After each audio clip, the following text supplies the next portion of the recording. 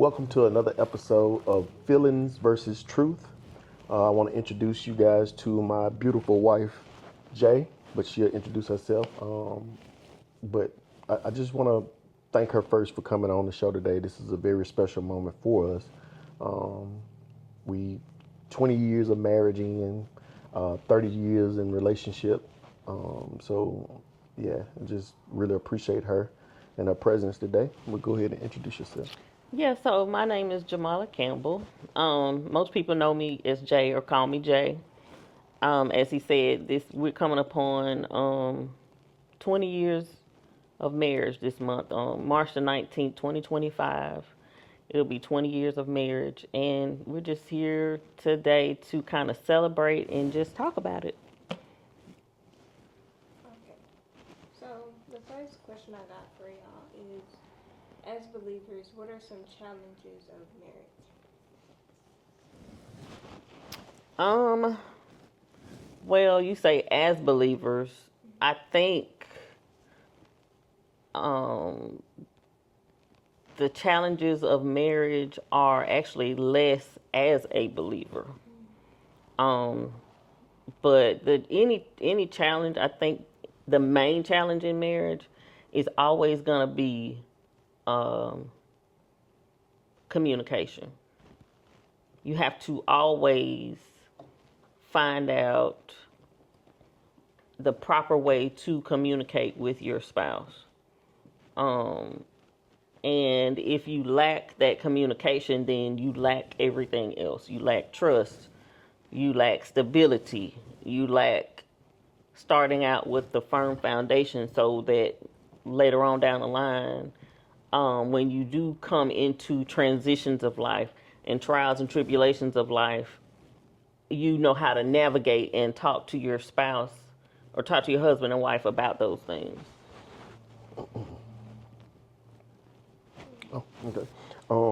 So let's go back to, because this is a two-parted question.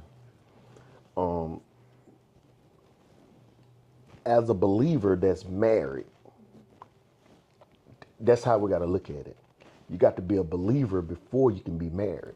Now, however, we did it in reverse because I wasn't a full believer. I just knew that there was something in me that wanted to change the perspective of generation Right. that I come from. It's no offense to our generation that I come from, but I just knew that it needed to be a change. So let's talk about believers just real fast. What she said is true. As a believer, it is not as hard to deal with the challenges of marriage. The problem come in when you don't believe like you say you do, because a lot of it is going to be a lot of faith. A lot of it is going to be trusting God, because there's going to be some things that's going to go on that look like it's the devil, but it's just, what's the proper word I'm looking for? A loud challenge. Well, you mean an allowed chance? Oh, you're Yeah, saying yeah. something that was allowed to go on so Correct. that you can Correct. grow or benefit from it? Correct. Yeah. Because what I've discovered, inside of it, the challenges bring strength. Right. Every single one of them is going Yeah, to it bring brings strength. some type of strong consequence at the end. And the consequence is usually good. Yeah. Because once you reach that point, it's not about you anymore. It was about you, but it was for somebody else that you're gonna encounter. The universal law of love, right? Yeah. So, but we'll get into that another time. But yeah. So were you a believer when y'all first got married, or was it? Yeah, I had been a believer from a young age.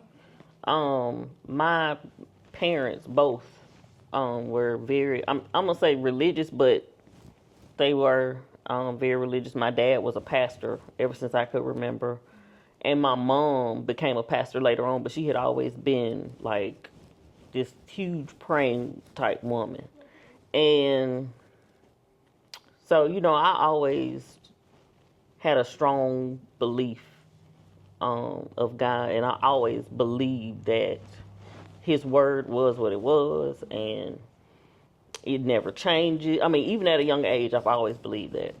So yeah, going into it, I had a lot of strength from God going into it.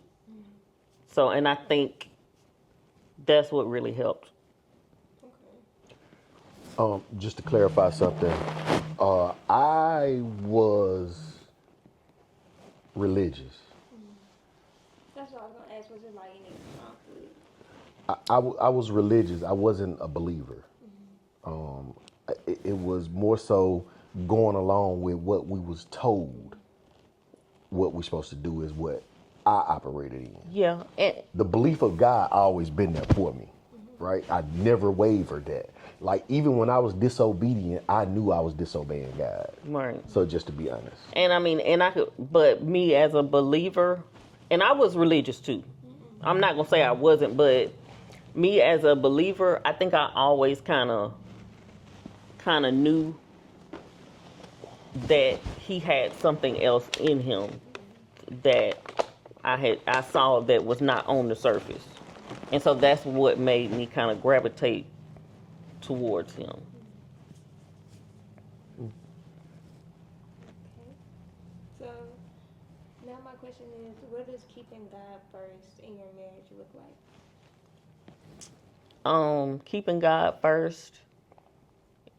So it always has to come from the head first, which is the man. It trickles down. So it comes, of course, as women, we also have a responsibility to God to keep His word, pray over our husbands, pray over our children. But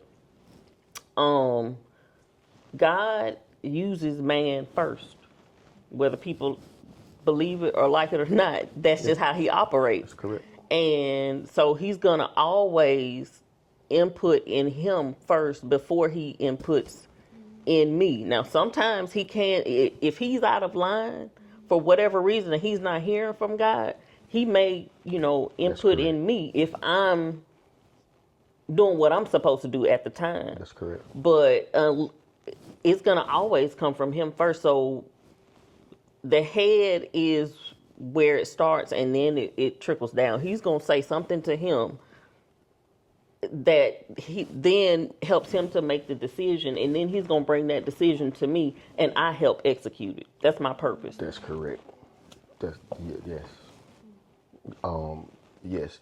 And so inside her adding caveat to what she's saying, keeping God first, what it looking like far as me in the marriage situation, me as the head, was this right here. No matter what she feel, or no matter what she think, no matter what I feel, or no matter what I think, I have to be obedient to His Holy Spirit. Because that's how we can get off track, like majorly, when it comes to raising our kids and dealing with marriage. Let me rephrase that. Operating inside of marriage, inside of the covenant that we agreed to. Man, because it'll be plenty of times you probably don't want to be with each other. It'll be plenty of times you're so frustrated with each other to where it's like, man, I don't think this worth it. But obedience is you gave your word. Not only did you give your word to your marriage, I gave you my word. You just scared of the word that I gave, which is don't fear. I got you.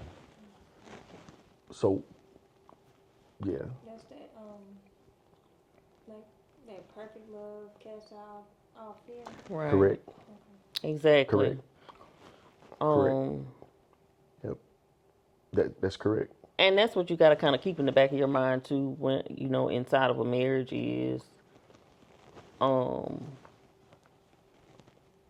it's fulfilling a purpose that God gave us from the very beginning, and He's not gonna give you something that you can't execute. Like he's not gonna give you a purpose and then not show you how to execute it.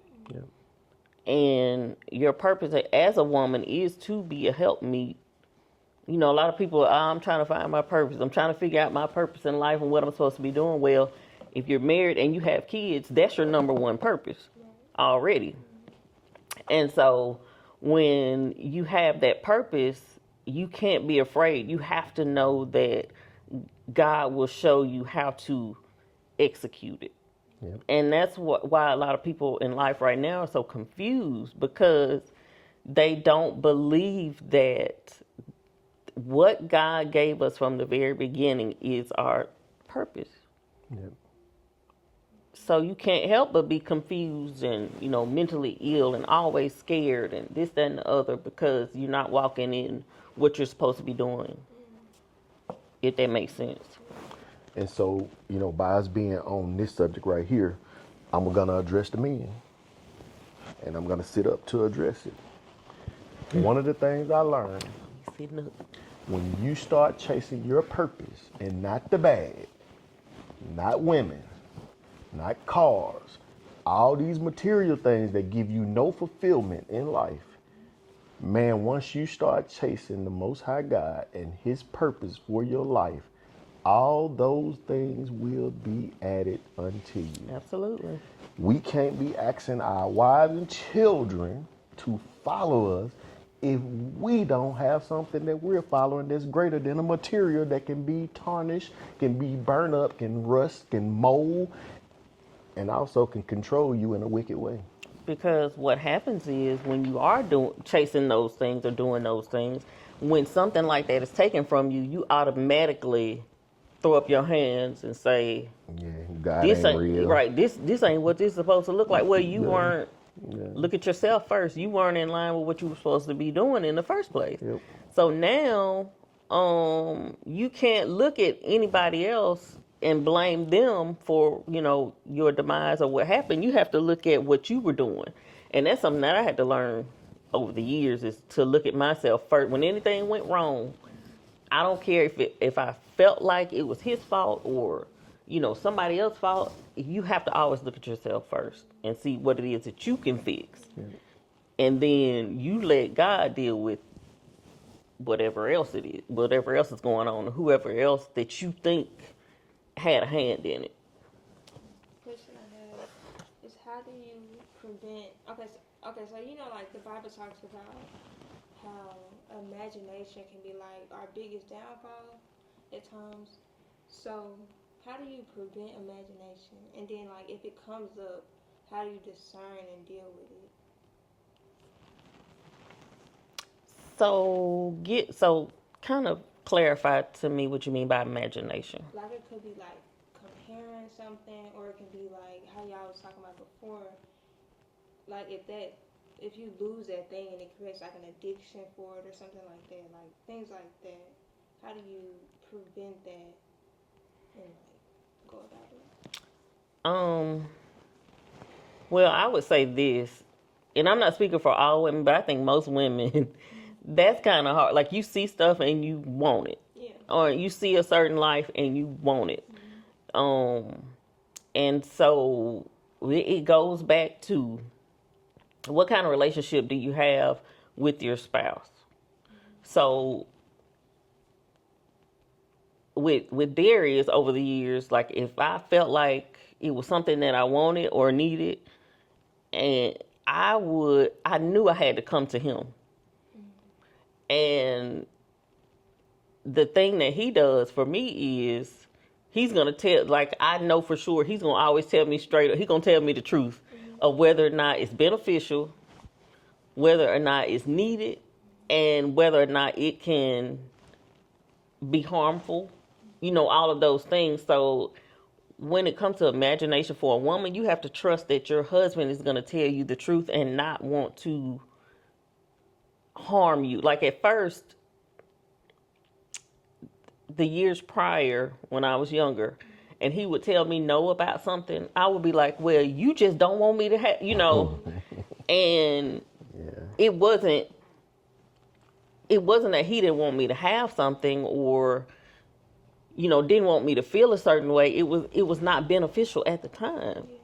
And you have to trust that there are a lot of things that are not going to be beneficial for you, but your spouse can come in and say, you know, let me outline. It goes back to communication. Let me outline this for you. Let's talk about this, and let's talk about why, and let's talk about, you know, whether or not this is going to support our family or help move our family forward. Because if it doesn't, you can't help but say, okay, yeah, you know what, you're right. And then also prayer helps to eliminate a lot of the imaginations, because the prayer that I often say is, Lord, please give me the desires of my heart.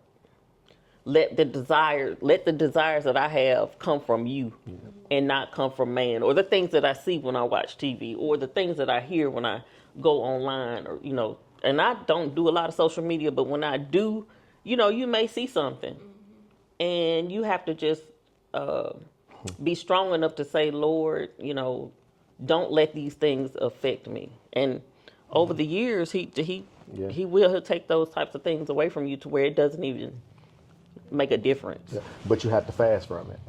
Yeah. You have to disconnect from it though, because see, we can see that's the trick.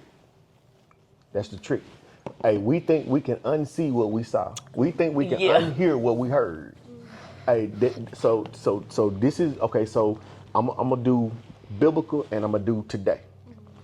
Biblically, if we follow the 10 Commandments, we ain't got to worry about it. Covet not your neighbor's goods. Right? I cast down all imaginations. Vain imaginations. Vain imaginations. Right? You got to cast them down. You got to pull them down immediately. We like them. We fall into the temptation of it because it soothes our ego. It soothes our emotion sometimes, but it really is destroying it. Like, we care too much about, like, the flesh. Correct. It's like putting a pacifier in your mouth when you think you need it. Which you just answered the second part of that first question of how you handle it. You got to deny yourself to the flesh. It's one of the hardest things to do because you're born in the flesh, but it's not impossible. And the benefit to doing it is so great. Yeah. So great. So great. That's the thing about wanting something somebody else have, right? You don't have to really worry about that once you deny yourself to the flesh.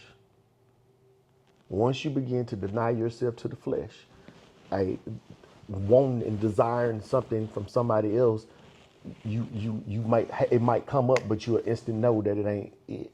You'll know that that's the tempter trying to tempt you, and not so much as just your imagination. See, we battle against. Remember what we said? Flesh and blood. Flesh and blood. No, we wrestle not against we wrestle flesh and not blood. against flesh and blood, but wicked principles in high places, right? So that means it's a place.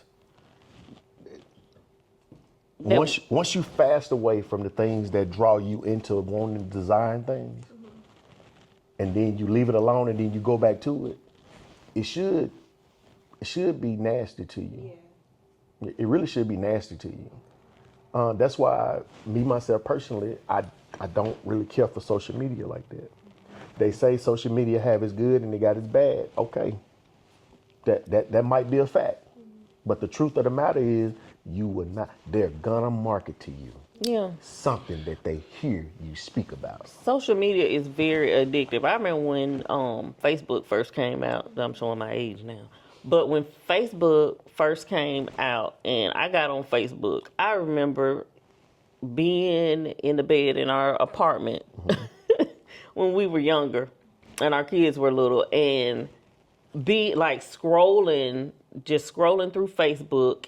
And one night it was like 3, 4, 5 o'clock in the morning. I'm still scrolling, and I was like, I can't do this. Like, I can't be doing this.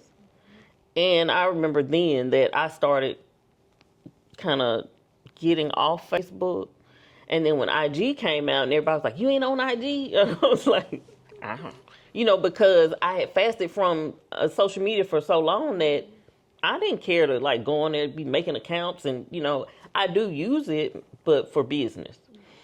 So, those types of things, like you said, you have to fast from it. Like recently, I just did a fast from TV because I was watching it too much. Yeah. And I knew that a lot of the confusion and some things that I was dealing with was coming from that. And so I just said, you know what? I got to fast from TV. And I kept hearing him tell me to do it, but I kept putting it off. Yeah. And then finally, someone close to me, she came and spoke to me. She's very spiritual. She came and spoke to me, and she was like, it's something that you're supposed to be doing that you hadn't. And I was like,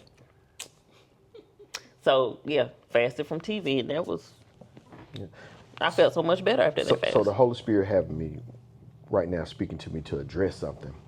And this is for the people that know us personally, right? Because, sometimes that be your assignment. The times that she's talking about that I told her no to the things that she wanted, she was working and making her own money. So it wasn't no control with money, because a lot of people think a man wants his wife to stay at home because he can control her with the money. Nah, I just don't want another man telling my wife what to do, because you'll begin to become obedient more to him than your husband. Same thing happened in ministries. You'll become more obedient to the pastor than your husband. What I found the other day, the Holy Spirit dealt with me with, is our idol worshiping that we do. Am I finna go into your another question? Okay, let's talk about it then. Men idol be those material things and the money, right? And other things. But I'm just addressing the things that the Holy Spirit is speaking to me about now. And guess what the idols be to our women? They're a boss. They're putting, God said he made man in his likeness and image, right?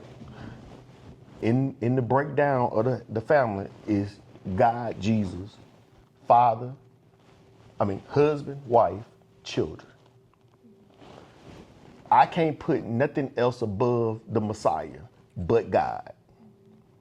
Right? That's what he taught us. Jesus had nothing above him but God. Right? That's who we had to submit to, right? We have to submit to the word of God, which is the Messiah, right? It's okay if don't nobody else believe. I don't care. It's fine. I'm not here to convert you into thinking or believing anything different that God hadn't changed your mind on. So I'm telling you. So he said it's Jesus, right? It's husband, it's wife, and the children. This is what tends to happen. We tend to be taught that yes, men, you're supposed to follow Jesus, but yes, women's supposed to sidestep you and go straight to trying to follow, right? That's idol. Your husband is who you're supposed to submit to. Man's supposed to submit to God, not his money, not his ego. Yeah, not his self-esteem, not his feelings and his emotions, but the truth, the truth that you know, that you have went through the foundation building to trust in. See, a lot of us trying to build foundation, man, with sandy grounds up under our feet. And that's why everything is the way it is right now. Yes, I'm putting the responsibility on us because we are the head. Without our submission and obedience to God, man, a lot of prayers gonna be in vain. It's okay for the women to feel like they got a relationship with God so strong to where he can change something. He can change a moment in your life. But I'm talking about the universal change, that if all men will submit themselves to the Most High God, and the change that'll go on across this world, the oppressor that everybody talks about, it won't exist no more. It will not exist no more. Because one thing about order, the way that God put order in the Bible, that's the order of things. Like he's not gonna go back and change that based upon how you feel or what you've been through or whatever. If you don't go back to the principal order of what he said for you to do from the very beginning, or what he established from the very beginning, then there will never be order. Right. No peace. No peace. Right. So another thing real fast. that don't mean that we look at our wives as beneath us. Right. That's not what that means. No, I'm your cup. Let what need to happen to me before it happened to you. Get the vision out your head that everybody's trying to teach us. Oh, he just want to be over you. And no, listen to me. Hey, I want to do what I was told to do. I want to protect you. I want to provide for you. I want to be willing to die for you if that's what need to be. Matter of fact, that's what we do on a regular basis. Because a lot of times men have to die to themselves on a regular basis. Like sometimes we miss the mark. But for the most part, a husband is going to die for his wife on a daily basis. Because that's why he told us to die to self. Pick up your cross and die daily. Pick up your cross and die daily. A lot of the times we overcomplicate things because of we're not paying attention to what the word is saying. The words say what it mean and it mean what it say. We don't need no interpretations of it. It said it. But the more and more we try to interpret it, and then you got people want to preach that, oh, man is weaker than woman because man came from dust and woman came from bone. Man, what is, man? Yeah. But we finna put our women in a position to where you're the target now.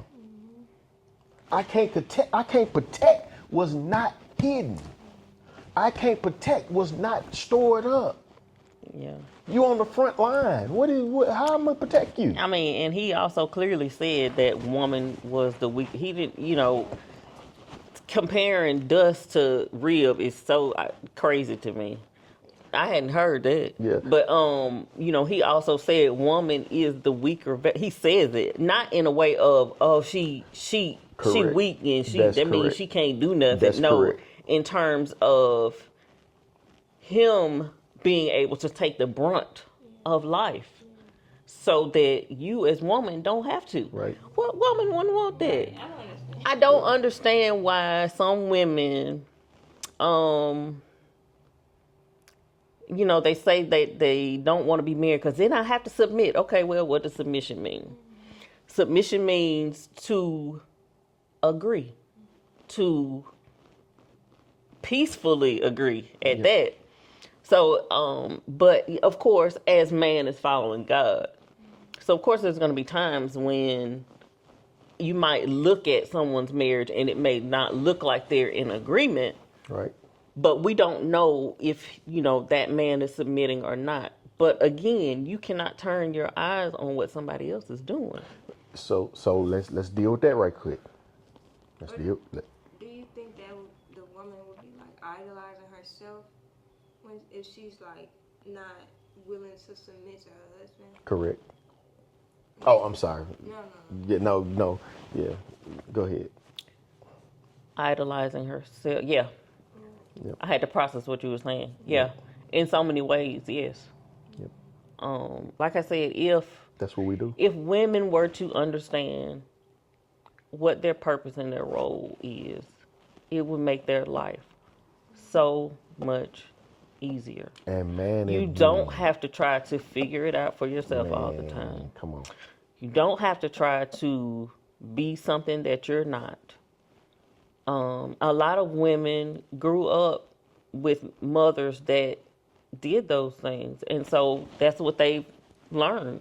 They've learned to, lean on themselves. A lot of women heard from their mothers, "You don't need no man if you want to be, this, that, and the other." Or And in had a to lot be of the ways, mother and father. right? I had to be mama, and in a lot of ways, I understand where that bitterness is coming from. Like I understand, but that doesn't make it right. Correct. It doesn't make it true. Correct. It doesn't make it correct. That's right. Because look at the pains that it causes you. Look at the generational curses that linger on. Because it's hard for us to learn how to trust one another as opposite sex based on the ideologies that we taught inside the houses because of their hurt and their pain. Yeah. You can't trust nobody. That ain't for everybody and all those things right there. But let's talk about something real fast though about just kind of adding caveat to the men. To the men, and I'm only speaking to the men that have already experienced it because they attest to this. The submission that you do to God changes your whole perspective on everything in this world, about everything. After a while, it becomes it's just like breath in your body about doing what's right. Doing what's right. We are we perfect?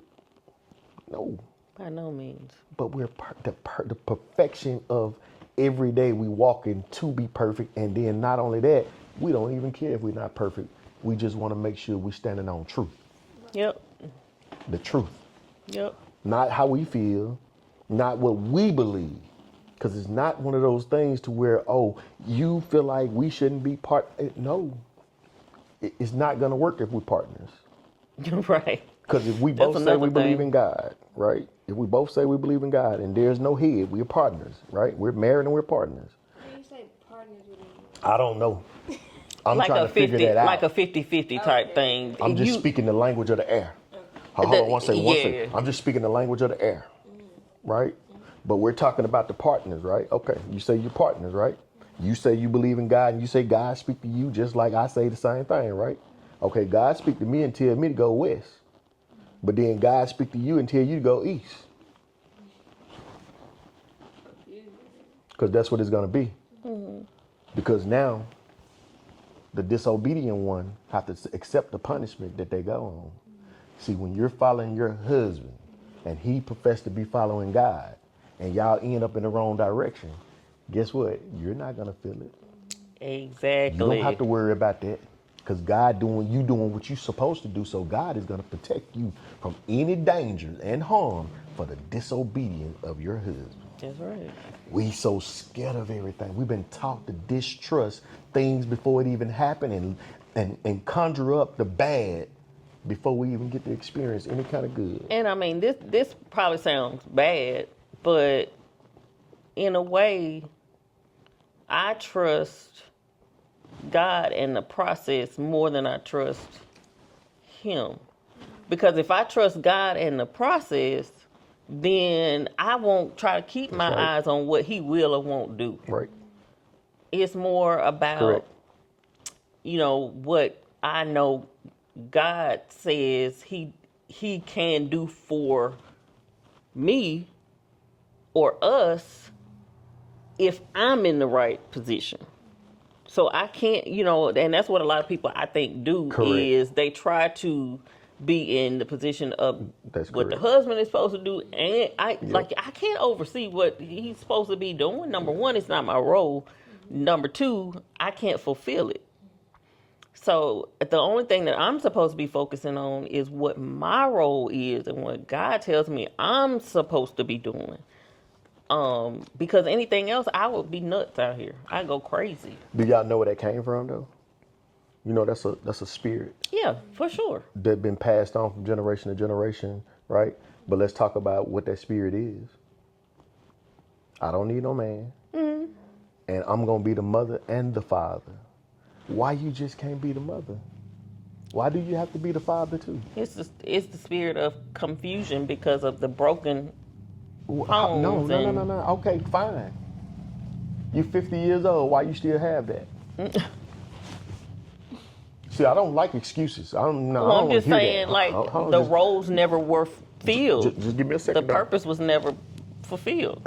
It's being fulfilled. And even when the fulfillment comes, it gets rejected. Maybe because they just in covenant with that spirit. I agree. I agree. But watch this, though. God said, I would not have you ignorant. Yeah. So a lot of us that's walking around here at that old ripe age, and even youngsters, that's still making excuses about that spirit.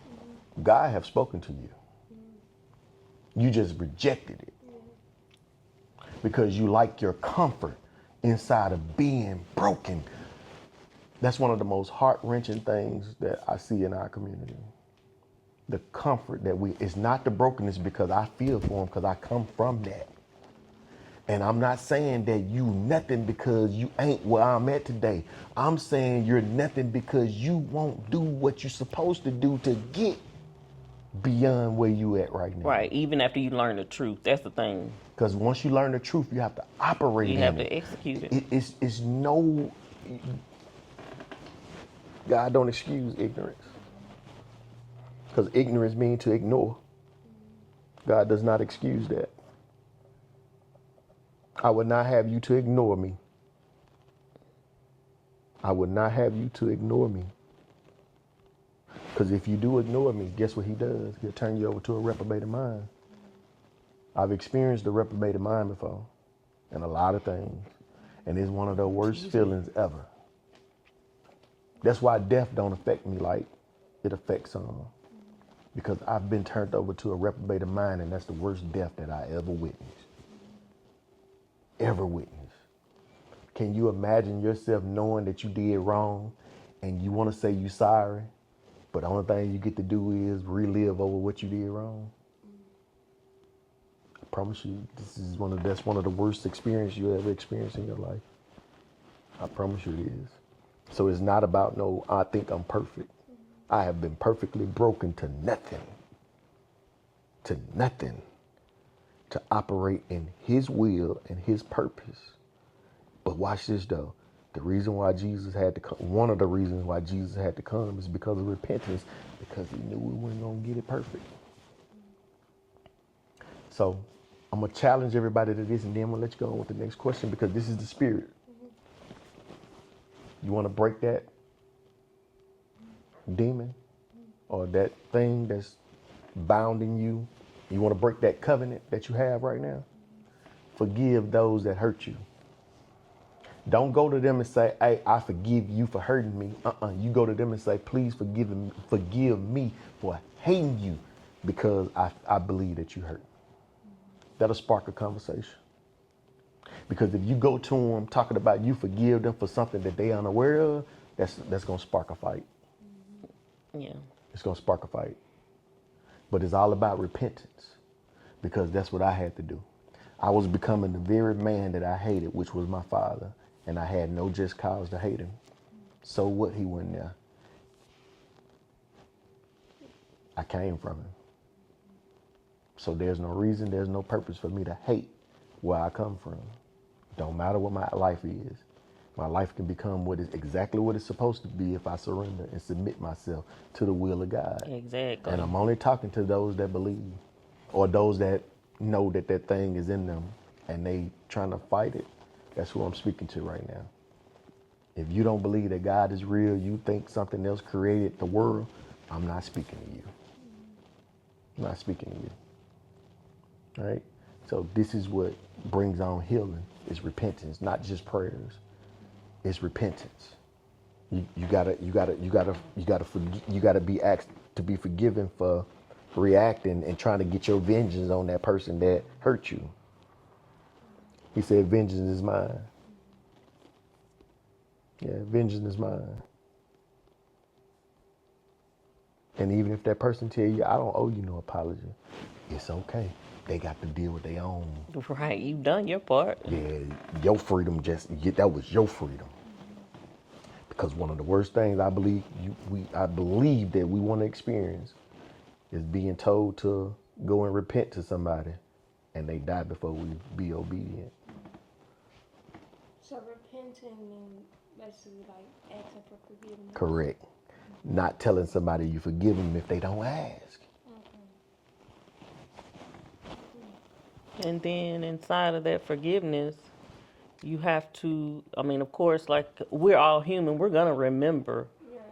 We're going to remember whatever offense we think Correct. was done or not done. But inside of the forgiveness is remembering without anger. You know, it's going to come up. But how is it affecting me when it does come up? Right. Am I mad the rest of the day because of it still? Unforgiveness could be Am still I there. sad the rest of the day because of it? So if those emotions and those feelings come up from remembering that, then that's how you know you still have an issue with it. Right. So would you keep forgiving then? Like if it come up and you feel those feelings, would you just keep doing it until you don't feel it no more? What do you think? Pretty much. Yes. Yeah, it's a repetitive thing. Yep. You're not gonna always feel good, and that's the thing with people. We want to always feel good. We never want to hurt for anything. We never want to feel pain about anything. We never want to feel regret or remorse. But all of those things are a part of life. Yep. And so, yeah, it's repetitive. Dirty, And eventually, yes, it literally just goes away. yeah. Dirty soil is what helps things to grow. That's how you produce a fruit. See, your soil the soil is automatically going to allow you to grow, but good soil is going to allow you to grow and produce fruit. You know what I'm saying? Because it's plants that grow all the time, but they don't produce the fruit of it, right? Because one of the things I learned inside the word was this: fear is the evidence of the lack of love present. Yeah. So because most of the time when you're angry and frustrated, it's fear. Right. Right? It's fear. Like, really and truly, like, it's not that difficult. It might be hard, but it's not difficult to get free from all the little activities and all the generational curses or all the things that we did to draw in these spirits that keep us bound and thinking that we're supposed to be something that we weren't created to be. Right? And how you get to that point to begin to till that soil. Your heart, which is your soil, have to stop being polluted with things. You have to stop the pollution first. Yeah.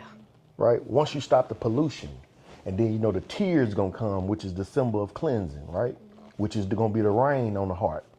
That's gonna wash the filth away from the heart, right? You stay away from that pollution area though, and you get right there and you begin to plant good things in the soil, not the seed yet.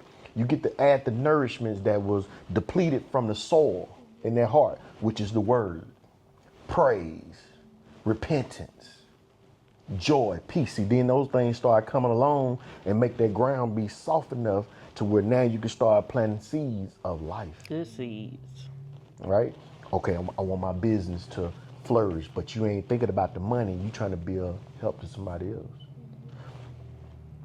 I want my giving to increase. To not be in vain. Right, Yeah.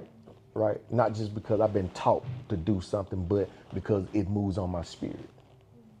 Okay. Now you're talking about, that's what that root for to be based on. So now when you start getting the prosperities of life, it ain't for your gluttony. It ain't for your greed. It ain't for your lust. Right? It ain't for your what's the other ones?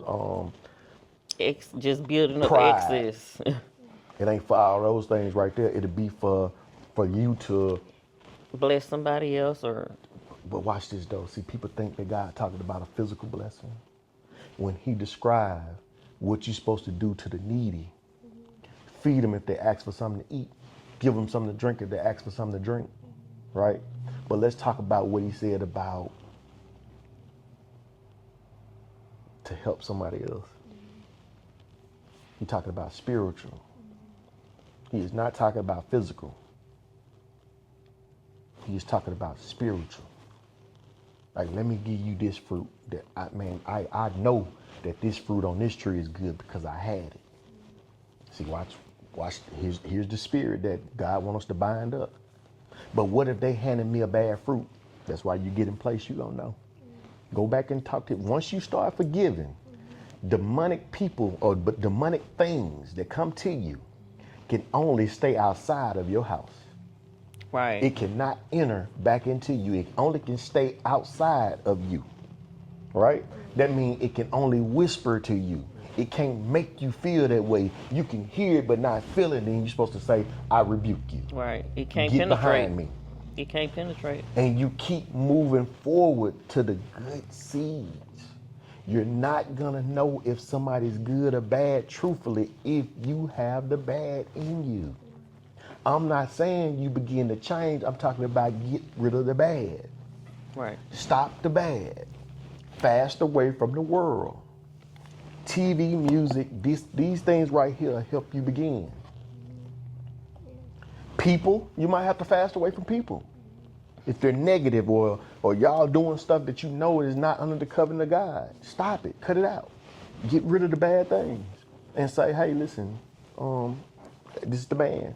Hey, baby, I'm gonna go back home and live with my mom for right now until we make a decision about getting married to where we can be in this house and it'll be a covenant under this house. Unless y'all gonna have that conversation that day and y'all go get married tomorrow. That's the only way that makes sense. I'm telling you, listen, I know that, that's why we're bringing up so many bastard children in this world. And you know what bastard means? See, people, that's a child without a father. No, that's an orphan. A bastard is one who ignores the teaching of a father figure. That's why they won't lend us their ear. That's what premarital sex do. It breeds bastard children. Those that rejects the teaching of a father figure. That's what that is. Okay, your daddy not around or he in the house and he ain't nothing but a daddy, he's not a father. But they was married when they conceived you. Okay, cool. God will cover you and he'll let a word be spoken to you and you'll be able to hear it. That's why the battle's so strong. That's why I'm talking about somebody can prophesy to the youth today. I'm talking about really prophesy them everything that they know, don't nobody else know. And then they'll tell them that this is how you go do it. I don't believe in that though. Man, you just said, how do you know that? I never told nobody that. And I'm telling you, it's not me. It's called the Holy Spirit. It's called prophecy. That means God is knocking on your door. Because he's not going to allow the spirit of a prophet to come before a demon, because the demon is a demon, and that's that. But if you're a child of his, he going to allow what? Prophecy to go forward. Correction to go forward. He's going to even allow you to go through the reprobated mind if that's what you choose to do. That's why everybody, the world just trying to show us that they having so much fun. Yeah. So much fun. But nobody tell you how they sleep at night. You know why they don't sleep? Oh man, you don't supposed to get no man. Oh man, sleep is for the weak. You can't sleep. There's no peace there. No peace there. I remember when I stopped chasing money. It chased me. Everything that we ever needed and asked for, we received once I stopped chasing money. Yeah. Okay, my last question is, do you think the trend of marriage is being weaponized? Like, on social media? Yes. I didn't realize what the question was until you added on social media at the end. I think I understand what you're saying. Like it's being used as something negative to sway people from not wanting to do it. Or actually doing it, but in the wrong way? Maybe.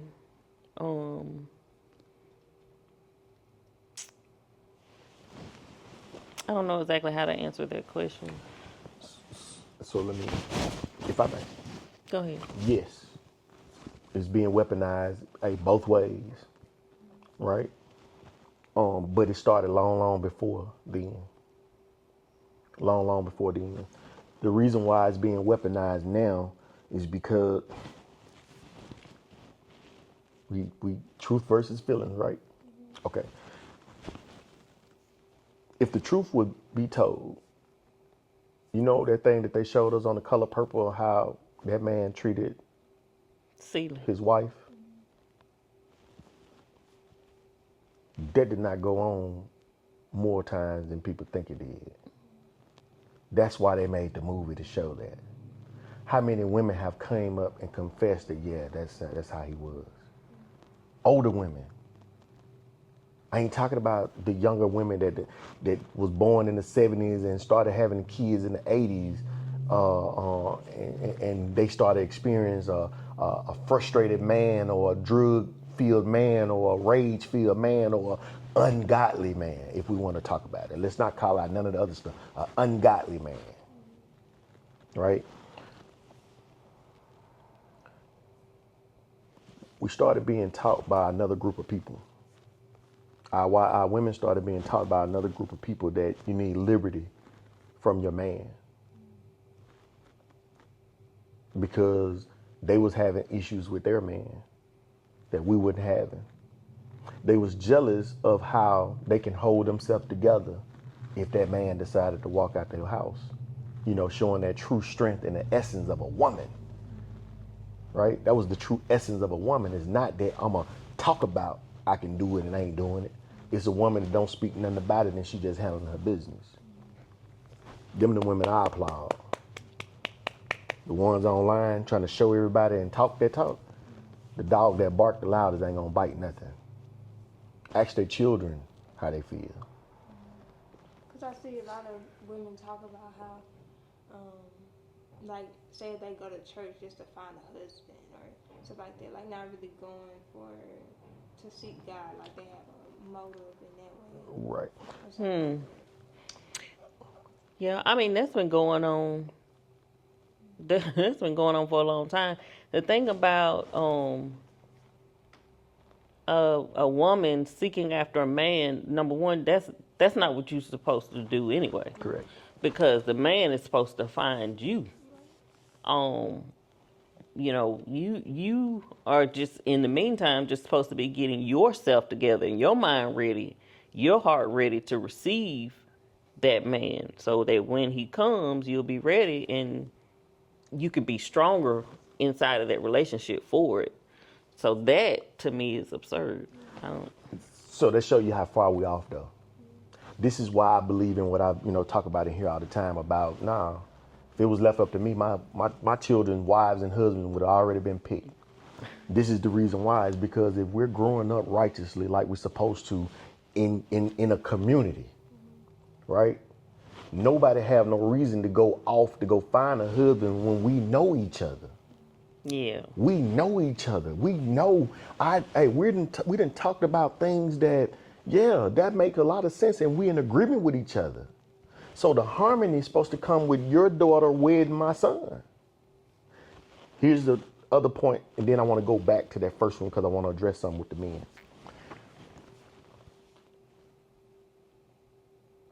Women not supposed to leave their houses, nor a man supposed to leave their houses until they're ready to be wedded.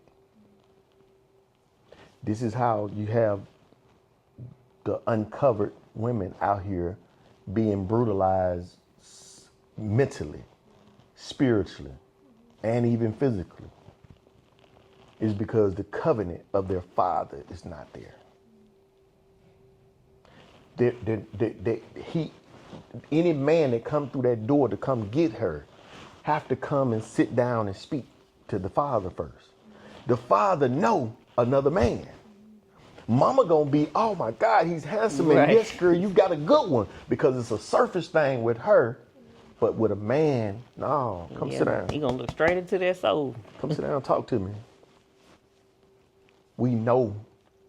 I didn't know then, but I know now. Right. We know if you it when we first shake your hand and how you introduce yourself. We know if you've been properly raised, because that's all they go back to. And these sound like old ways of thinking. You know, when you hear these things, you're like, man, that's like what they used to do back in the day. But the reason why it was done for a reason, like it goes back to what we were saying earlier about order. The opposite of order is chaos. Right. So when something makes sense, it just makes sense. It just makes sense. And I get it. I feel that everybody's hurt, but because it's not about a man versus woman thing. That's what they making it into. Yeah. What I'm trying to explain is this right here in simple form.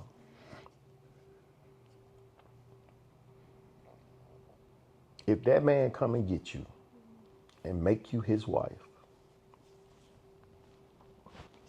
and you saw those flaws that you knew that he wasn't willing to change in him, you cannot be mad at the outcome. Okay? This last, I got to go back and address this because I don't want to be biased about when I speak on the women's issues and then don't speak on the men issues. This is the issue that men got to stop looking at the fears of. Man, I don't want nobody that want my money. Stop flossing it. Stop leading with money. Lead with gentleness. If she reject you because she think you a soft man because of your gentleman ways, that's not it for anyway. you. Right. That's not it anyway. And if she's not appreciating you want to spend quality time with her and not taking her to a high-end restaurant, sorry, that's not, she's not in the league that you should be entertaining to make somebody your wife. Yeah. Because I don't mean to cut you, I'm sorry. Go ahead, I was cutting you off. Because if you lead with money, whatever you did in the beginning to get her, You that's gonna what have it's to keep going it to up. take to keep her. Yeah. Every man need to understand this. When you hit 35, 40, 45 years old, your mentality is going to change. Your mindset is going to change. I don't care if you fight against it. It's going to change.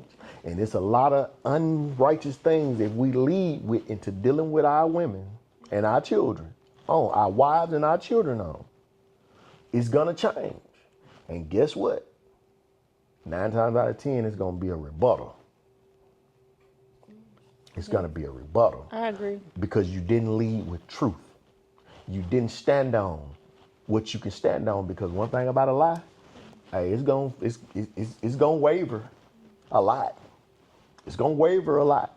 And then when you do get into truth, it's gonna be hard to believe and trust you. And that's one reason why I believe in a person getting married as young as they possibly can.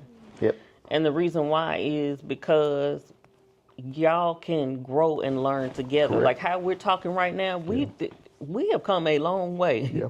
Like this is not something that we got married and this is how we believe. It wasn't like that. Yep. Like we have been through a lot. A lot. We don't want anybody to misconstrue that what you're seeing is how it has always been. That's right. But so we were 25 when we got married, which is considered pretty young for marriage. Yep.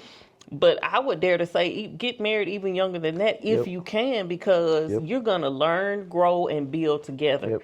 Life is about all these different transitions. You go, like he was saying, by the time you turn 35, you think something changes. You think differently. When you have children, something changes. You think differently. Wisdom comes with time. Yeah. So that's right. As you're navigating and you growing into yourself and into each other, and things change, but you do it together. Versus now I'm 40 and I've been through all these trials and tribulations, and now I'm bringing all of that mess into this marriage with me. Yeah. And then you don't have to worry about, so, and I'm not saying in this order, I'm just using it as an example. You don't have to worry about the young ladies and her trauma. You don't have to worry about him being broke and not being able to take you where you want to go. Right. Right? If y'all build together, grow together, y'all going to want to move together. Mm-hmm. Y'all going to be on one accord. And you're going to know what you can and can't do. Correct. Even though you still might have desires, right? Like he might have a desire to go buy a certain type of car or some jewelry or whatever the case may be. Her as being one of the wise one in the house going to be like, nah, it's not time for us to do that, baby. Think about this now. Come on now, what that's gonna do for us? And then vice versa. Well, baby, I want a new car. It ain't time for that right now. What is it gonna do for us right now? If we believers, we have to remember what he said. Oh, no man, nothing but to love him. He said a true slave is one that indebted to somebody. That's what a slave is, not what we've been taught. That's right. It's to owe somebody something, right? So we have to grow together and get to that point of making that transition of being able to enjoy life, right? As long as we've been married, I'm gonna be honest with you, we hadn't done that yet, because our children, right? We got to get them situated to where they are self-sufficient. Once they're self-sufficient, then we can enjoy our life. But that's the thing, like, it's not a grievous thing to us, though. Like, that's not No, something that we're looking at like, dang, we can't correct, even, your correct. children are the greatest treasure that you can ever hold. Yep. And a lot of people don't understand that because maybe they just didn't grow up like that, or it wasn't, I guess, maybe activated by God. I'm not sure why someone wouldn't look at it that way, but that's the way that I look at it. So it's not something that I'm like, man, we ain't been able to do nothing because of these kids. Yep. It's not like that. It's Right. like, that's my goal. Like, I want my kids to be way greater than I ever was. Yep. And it's just all about purpose. That's your purpose. You find joy in those things. So let me ask you a question then, because I'm gonna ask you a question because I want to address two lies or two untruths, because it could be somebody else's truth, but it is not true for overall. Can you see, when I get ready to retire, right? Can you see that we being able to do the things that we're talking about doing, which is, the things we talking about doing, right? You can see it, right? You can see the enjoyment of life coming from those things, right? Yes. Okay. So a lie is out there in the world that wives can't stay at home nowadays. It costs too much. It's too expensive. No, your habits cost too much. Because it was mentioned to me that, well, yeah, if you want to neglect yourself from the things that you want, you might need to neglect yourself from the things you want.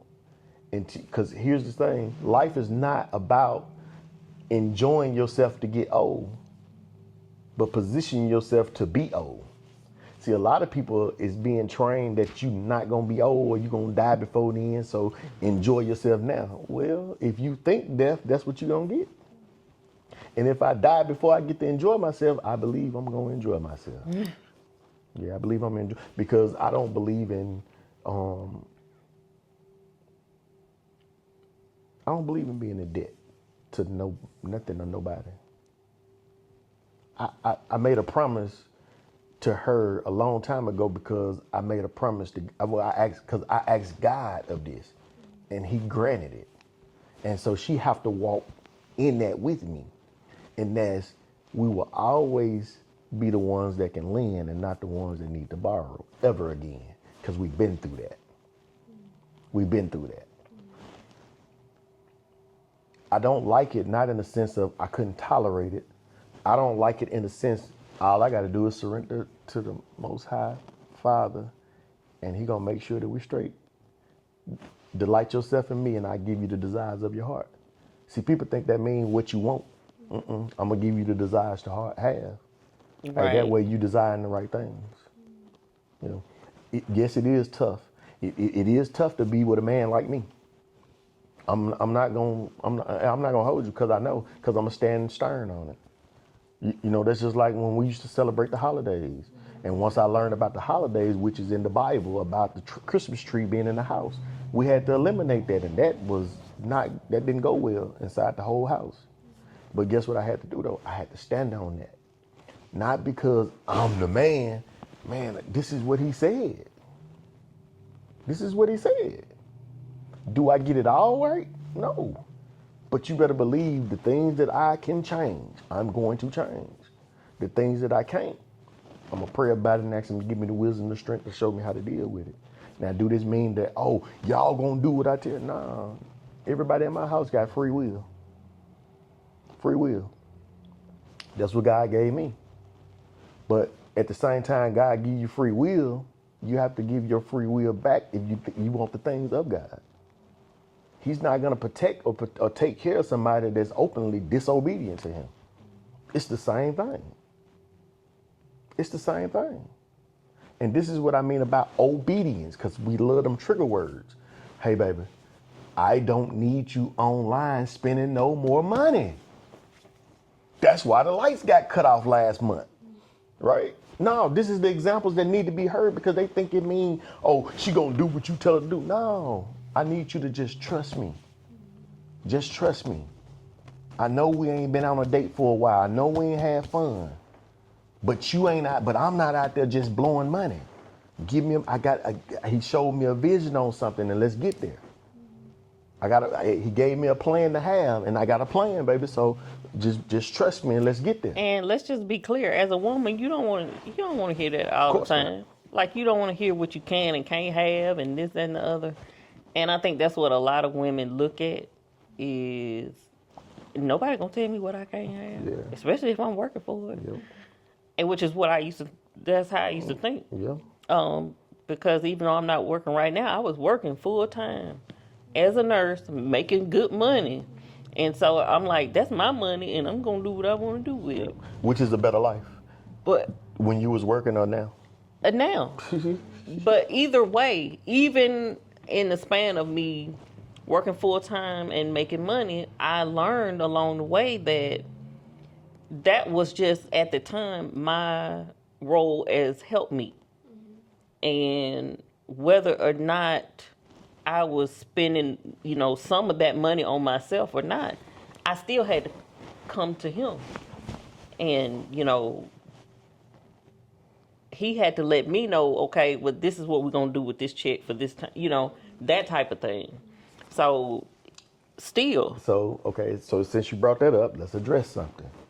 Let's address 50-50 inside of marriages. I don't know nothing about girlfriend, boyfriend, dating. I'm talking about in marriages. There is no such thing as 50-50 in marriages. If you're working and she working, right? Or she hustling, got a job, business, it don't matter. All the money is supposed to go into one pot. Yeah. It don't matter who making more or who making less. What are we talking about 50-50? That show you the division of our minds.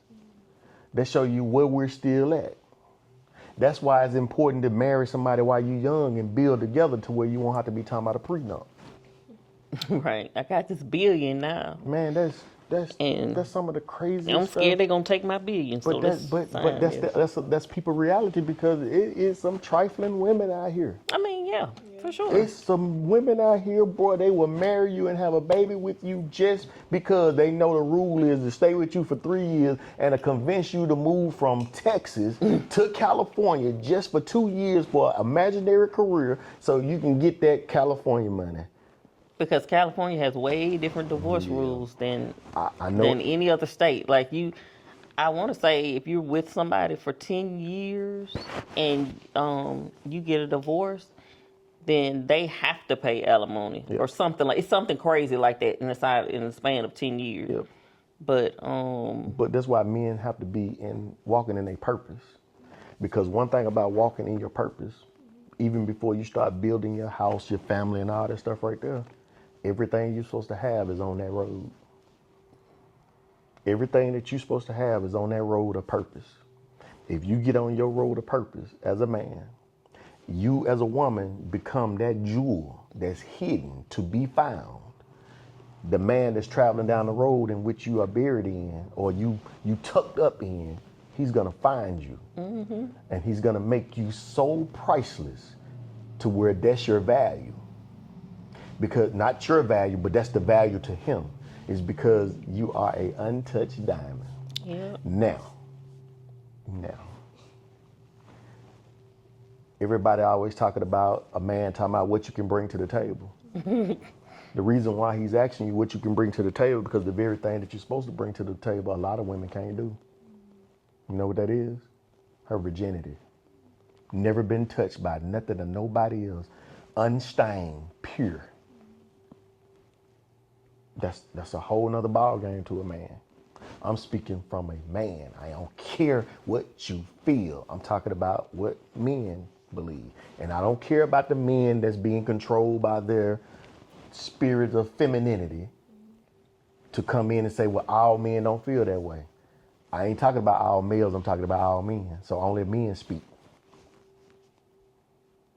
Only men speak. I ain't talking about a male. I'm talking about a man. What makes you a man? the ability to want to live and die for others and not yourself. So if you ain't that, I ain't talking to you. Yeah, if you ain't that, I'm not talking to you. No woman should be offended by anything that come out my mouth, what I'm saying, because you know that I'm not lying. You know that there's some trifling stuff out here. And a lot of people be taught how to be trifling. So what we have to do is we have to learn how to, let's it's okay to feel what you feel, but let's honor the truth. Does that make you a horrible person? No, not when you recognize that you operate in that way and you change it. If you don't change that, then you could be considered as Jezebel. Jezebel is a woman that loves control. Yeah. A harlot is a woman that just love to what? Manipulate men, have sex with them. In order to gain What it is that she wants, right? So I'm talking about to those that don't want to operate in those type of spirits.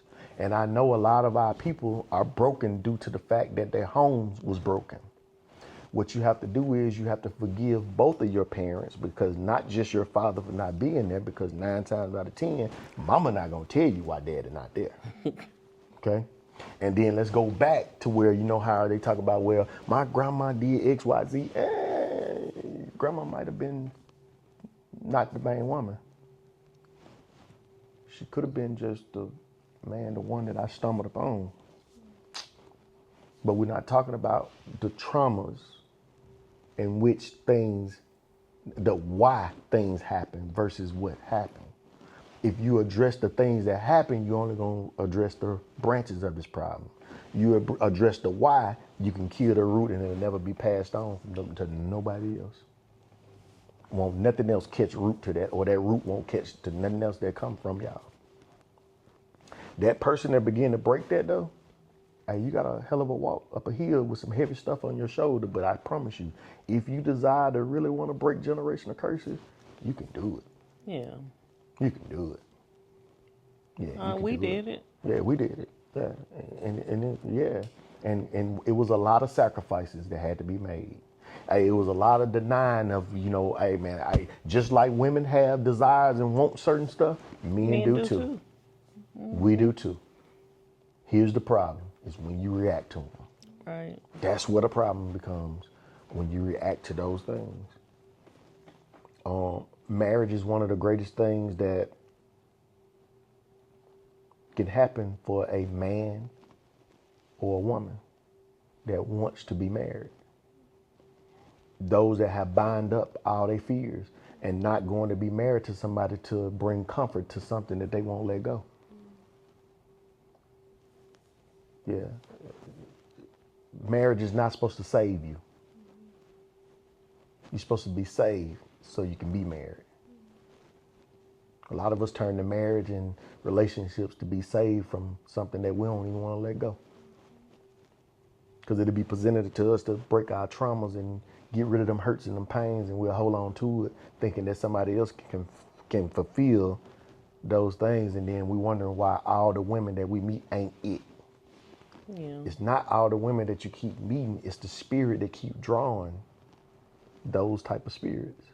And I would say to anybody that desires to be married or thinks that they want to be married, what's your motive? Right. What's your why? Like, figure out your motive first. Because if you don't find out what your motive is and you go in just like, oh, this is just something I'm going to do and try it, you ain't going to make it. Yep. There is no such thing as, let me just try this. Yep. And you think that it's not going to fall apart, because it is. Yep. You have to go in with the motive of, this is the start of my purpose. This is what God told me to do, because he did. He told us to do this. He told the woman, he made the woman for man. Meaning, we as women are here for them, whether you like it or not. That's why he made us. So your motive should be to be that role for what God told you to do, period. Yep. If that's not your motive, then don't do it. You know, if you're going into it for pleasure or for appearance, because maybe you think that it's something that everybody would want you to do, or if you're going into it for any other purpose other than to please God, don't do it, because it's not going to last. I don't care if you married 30 years, you can get a divorce. It won't last. Your motive have to be pure first. Yep. And the only way that I believe that you don't have to go through that, if you have been taught how to be a husband and taught how to be a wife. Everything would just mesh because you have been taught about the goodness of it. Most of us be taught about the bad side of relationships. And a lot of times that's all we see too. That's why I said taught. Yeah. Because see, a lot of people don't understand. Listen, teaching is not reading a book or sitting and learning. Most of the time, yeah. It's the actions of something. Yeah. This is how you learn. We learning like that. We see it. But then when you deny your flesh, you'll never have to deny yourself. Because when you're no longer walking in the flesh and you're walking by the Spirit, you are the Spirit is you now. You are one with the Spirit. That's the same thing with a wife. Once she deny herself and walk with her husband that's walking with the Most High God, now she is attached to the Spirit of God. Yeah, and she's going to reap all the benefits, whether she thinks she is or not. Those benefits will come straight to her. Yeah, and I ain't things that she didn't even know that she really needed. Yeah, and for the religious people that's going to say, well, he's saying that a woman don't have a relationship with God without a man, I'm saying go read the Bible. Go read the Bible. I don't know why everybody want to sidestep how this supposed to go. Because if you step outside of your armor and you get hit, you're going to feel it and you could die. And I ain't talking about just physically, because the simple part is just dying. The other part is being dead and alive every day. That's the worst part. And that's what a lot of our people are going through right now. We have so many beautiful women and so many beautiful men that's just broken. Just broken. Just broken. And it's sad, you know, because I once was broken. And I walked around in brokenness. And then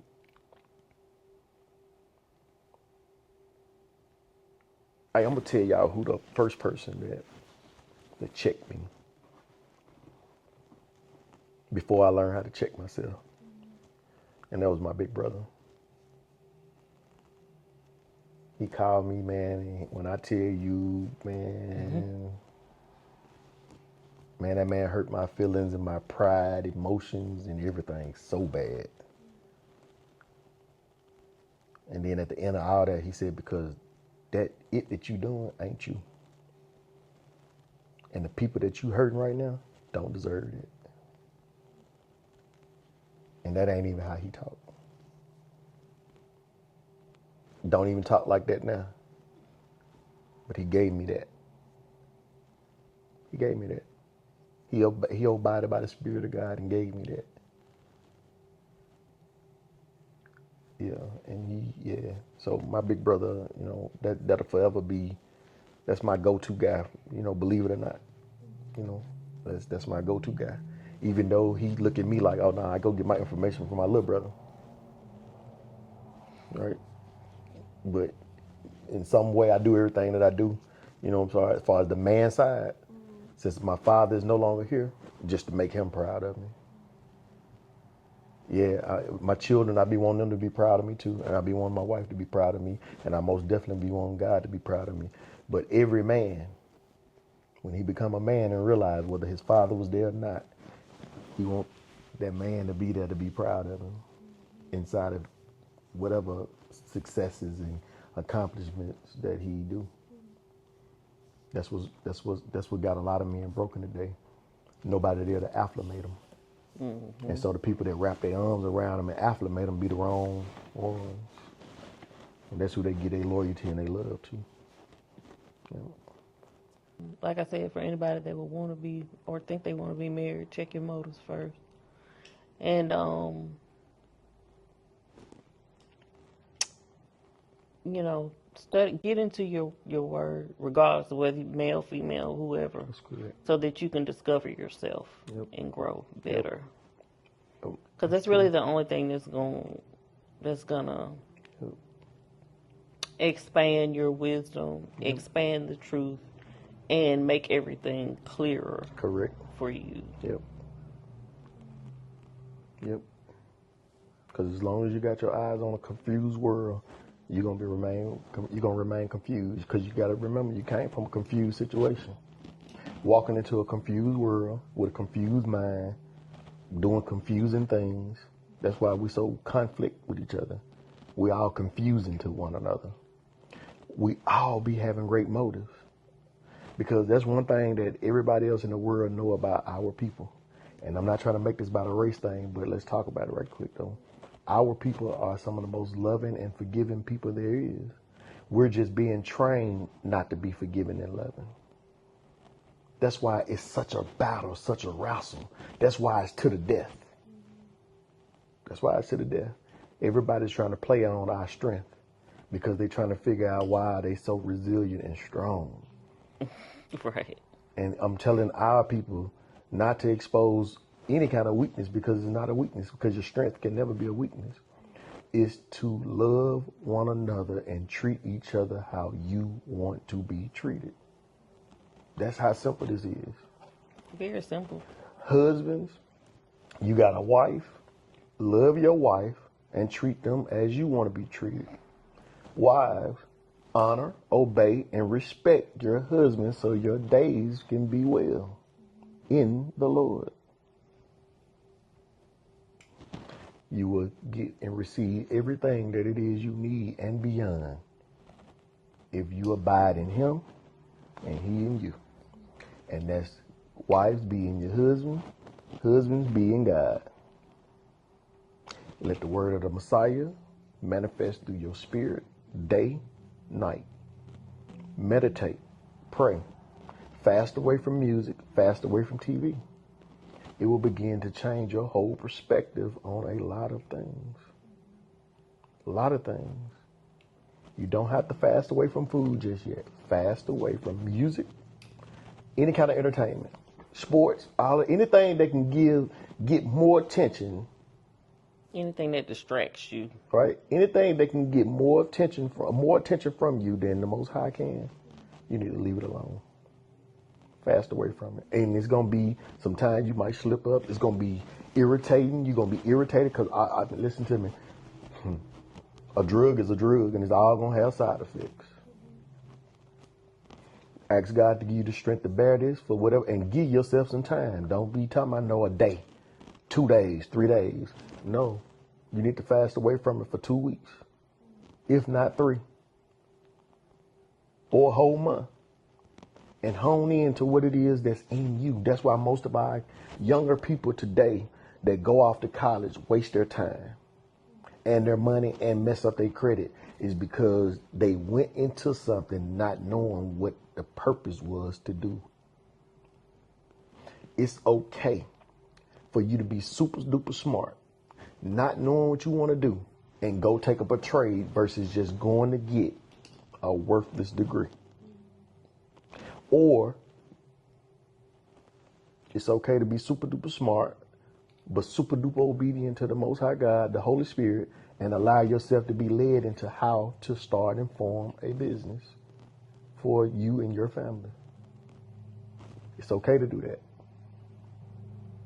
A lot of the traditions that our parents taught, a lot of the traditions that we learn, and a lot of traditions that we're teaching are great traditions. However, a lot of them are bad. Right. What you have to do, though, is ask questions. Why? If anybody is telling you to do something and you don't, even if you believe that you should, or if you believe that you shouldn't, ask, why do you say I should do that? It's okay to ask why. It's just respect the truth once you get it. So, you got anything else to say? Okay. So, we just want to thank everybody that's tuning in, everybody that hadn't get started tuning in. We just want to allow this thing right here to begin to change the thought process of our people, the world, the ones that want to change. We want to just show an example of how to change. Right. No, we're not perfect, and no, we don't know everything. We're just talking about our experiences and our outcomes. We talk about the good and the bad to everything. Right. We just want to thank y'all for tuning in to another Feelings versus Truth. You can go and find us on all the social media platforms. The link is going to be in the bio to anything that we need, I believe. I'm not for sure. It just sounded good. Oh my God. But to properly introduce myself, because I didn't do it in the beginning, I am Darius Campbell. And I am Jamala Campbell again. Yep. Thank you guys. Peace.